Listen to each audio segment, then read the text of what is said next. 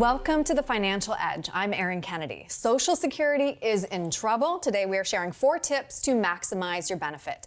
Today's guest, Chris Hoffman. Chris is the founder of Hoffman Financial Group, an Atlanta area firm that focuses on preparing people for a successful and happy retirement. Chris is also the popular radio show host of Money Unleashed, and Hoffman Financial Group is the official partner of the Georgia Bulldogs. Chris, it's so good to see you. Great to see you. I'm going to share some scary Social Security numbers with you. Don't scare me too much. Well, it's mind-blowing though. By 2035, it's projected that Social Security will only be able to pay about 83% of scheduled benefits if no changes are made. And I think people need to start preparing now. Now listen to this one more stat. 30% of people claim as soon as they're eligible. I think they're concerned that it's going to run out. Do you think Social Security is going to run out anytime soon? No, I don't. Okay. And I interviewed Tucker Carlson in Washington, D.C. years ago and asked him, I said, I work with retirees almost exclusively, and the 2 things they're concerned about are Social Security being funded and pensions. Yeah. He deferred on the pension question, but he said that he believes both sides of the aisle feel that Social Security, in his words, were sacrosanct. So he believes they will fund it. Now, they could lower it. They could propose some things that lower the payment or cause us to be in full retirement age later than 67, right? That's creeped up from 65 to 66 to 66 in 2 months, 6 months, et cetera. So there are some, I don't want to call them games, but there's some engineering that the government could do to basically hurt us on Social Security. Right. It's why we not only run a Social Security analysis for anybody that calls in, we also do a gap analysis to see if they implement these changes, how much will it deduct from your Social Security payment, and how do we refill that bucket from other sources? Right. And your own deficit was 800, right? My deficit was 800. That's crazy. And my wife said, fix it. So, all right, I got it. So you're a good husband, so you did. All right, so let's get into those tips then to maximize your benefit. Again, a lot of people claim early, but explain why waiting is often the best financial, and I use that word specifically, financial decision. So there are a couple of reasons why if you trigger early, you're exposed to some things. The first thing is making too much income. So a married couple, if you make over about $50,000 in income a year, they're going to start to reduce your Social Security payment because you're making too much money. It doesn't make sense to me, but it does to the government, so you got to stay out of the penalty box with your income level. The other catch on triggering early is you have a lower level of payment. So there is a guaranteed increase year over year over year that you will not get if you trigger early. Now, you do get COLA increases, and some of those COLA increases over the past several years have been quite high, but as interest rates come down and inflation settles, those COLA increases will not keep pace with the guaranteed increases. So you can look at triggering at 67 or 70. I think there's 2 reasons why people would trigger early. One is they absolutely need the money. They can't generate that income from other resources available to them. The second reason they trigger early is they're worried about life expectancy. They want to take that risk off the table. Yeah.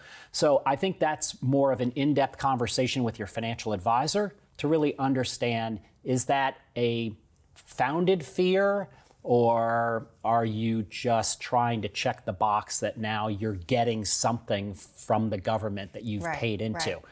The third thing to be careful of in triggering early is if you're married, the surviving spouse only gets to choose one. They can choose theirs or their spouses who passed away.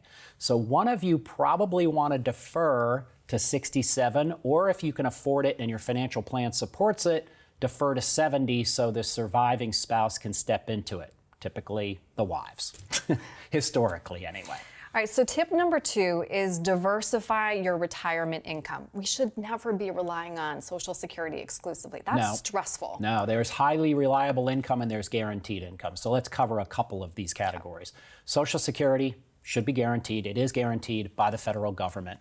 Pensions are guaranteed by the corporation or the person funding the pension. And that creates a guaranteed income stream for the rest of your life.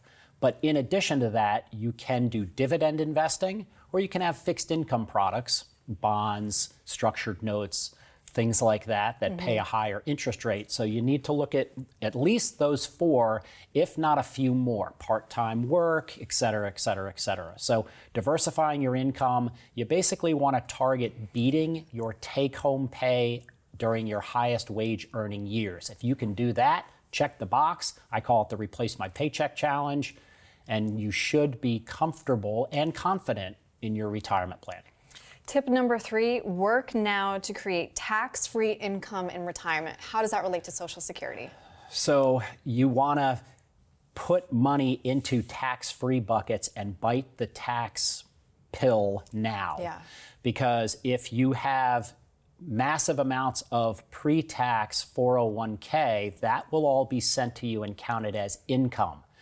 People oftentimes don't realize that up to 80% of Social Security can be taxed based on how much income you generate. Right. So you've got to be careful in how much income you generate, use some tax-free investments or tax-free strategies to not have your Social Security overly taxed. Mm-hmm.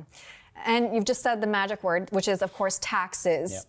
People at home really should be more concerned maybe with how much they're going to be paying in taxes in retirement rather than the fiscal health of Social Security. So tip number 4, have a plan for taxes. Yeah, and that's something you need to work with not just your financial advisor on, but your financial advisor needs to demonstrate that they're connected to either a tax professional within their own team or connected to your tax professional.